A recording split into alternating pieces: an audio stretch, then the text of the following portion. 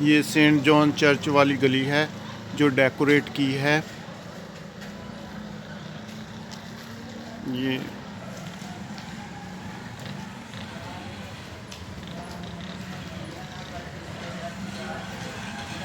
Christmas के मौका पर डेकोरेशन की है।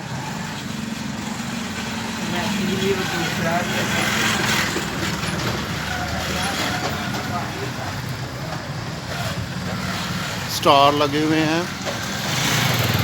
ये चर्च है।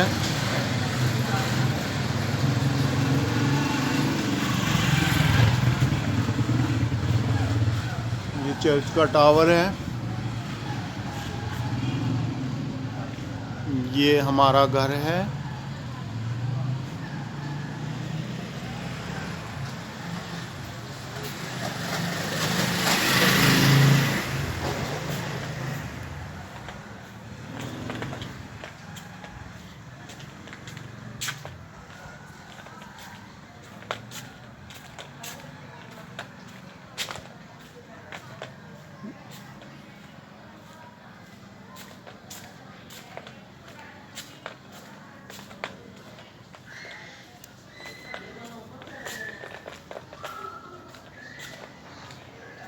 ये चर्च है सेंट जॉन चर्च।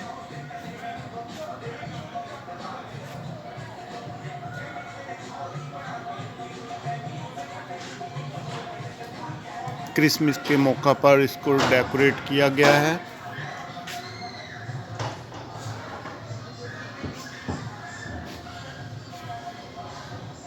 ये चर्च का मेन गेट है।